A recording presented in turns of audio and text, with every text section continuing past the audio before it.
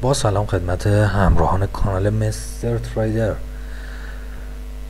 چند روزی به علت مشکلی که پیش اومده بود در خدمتون نبودم.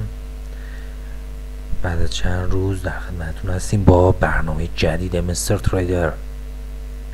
امروز برنامه‌مون رو تو 2 قسمت پخش میکنیم. یه قسمت بررسی شاخص کل و چند تا سهم که خوب دارن این روزا رشد میکنن، سود میکنن. طور کلی بورس ایران رو بررسی میکنیم و در یک قسمت هم یه سیگنال هفتگی فارکس میدیم برای کل هفته. تنها درخواست من از شما دوستان سابسکرایب کردن کانال و در صورت مفید بودن معرفی اون به دوستانتونه.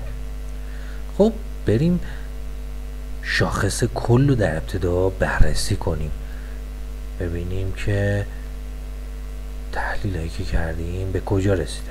خب تحلیلیه که حدود 10 روز پیش انجام دادیم. 10 روز در خدمتتون نبودیم. 10 روز پیش اینجاها بود که بهتون گفتم خیلی راحت میاد به 1400 میرسه و 1400 تا محدوده 1,500,000 تقریبا محدوده خیلی مهمی هست. خب 1400 رو که رد کرد، نگاه کنید میاد روی خط مقاومت ما، یه روز یه پول بک هم میزنه و الان توی محدوده 1,427,000 رسیده. خب از اینجا بچه داستان بازی شاخص عوض میشه. از اینجا اونجایی که خوب و بد جدا خواهد شد. بذارید برسه به این محدوده مقاومتی. خب به این محدوده که برسه، من یک کمم اینجا رو رنگش رو عوض کنم براتون.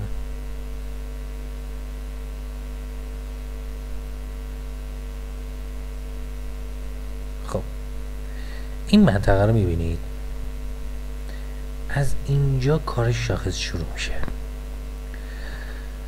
اگر بیاد اینو بشکنه، خب اون وقت باید بیاد 1,600 رو رد کنه. 1,600 رد کرد که دیگه ما میگیم شاخص روند صعودی. الان هم پولبکش رو زده و نشونهای صعود رو داره ولی قطعی نیست.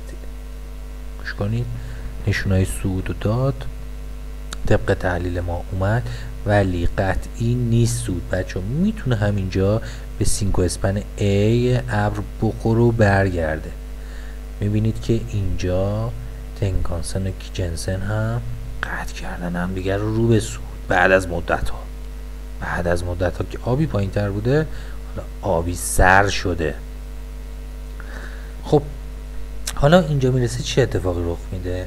ببینید اینجا برسه، خب یا رد میکنه پول بکش رو بزن و قشنگ دیگه ما تو روند صعودی.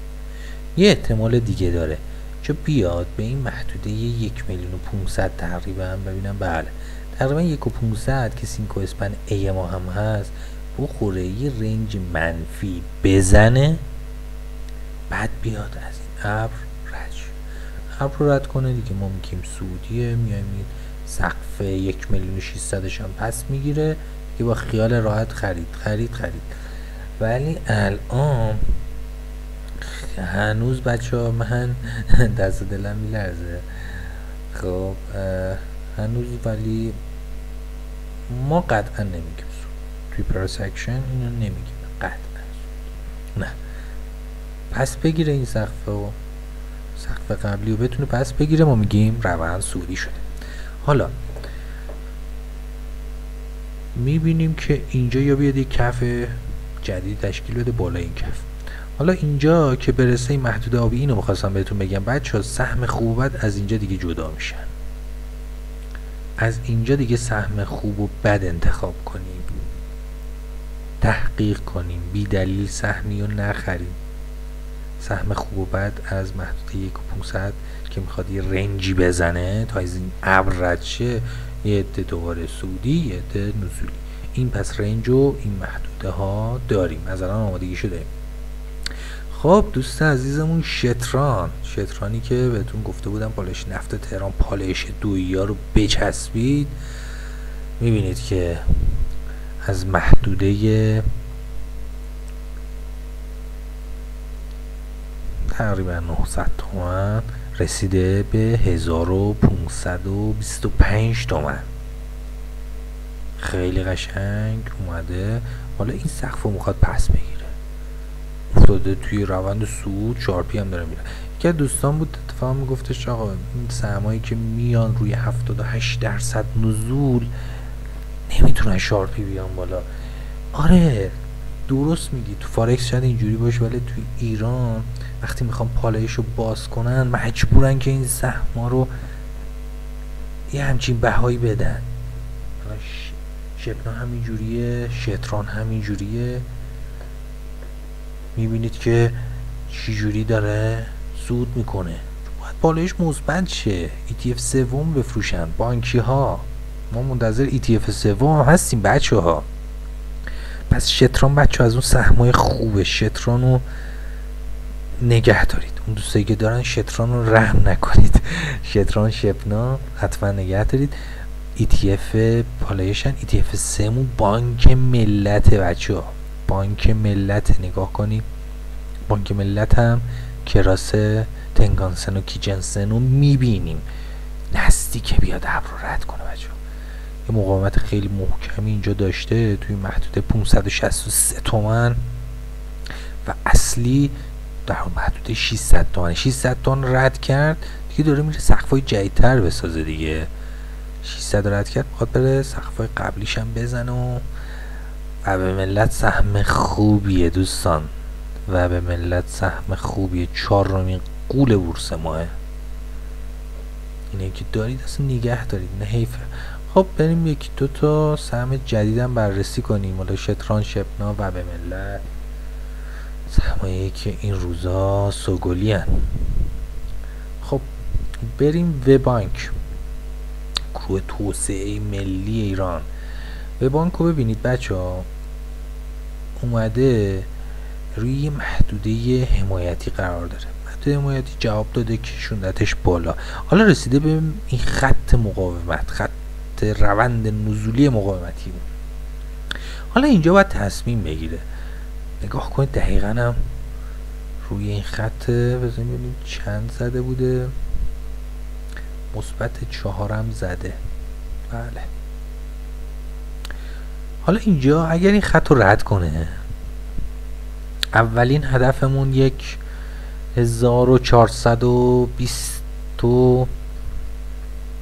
مدده 1420 تا 50 هدف اولش و میاد. این گفتم بدونید این یه سهمیه که میتونه سود خوبی بده بچه. قیمتش قبلا 3400 بوده. جالبه. حسیر ریل سیر کوثر. خب این قبلا هم یه بررسی کرده بودیم، حالا خطوط حمایت مقاومتش هم کشیدیم.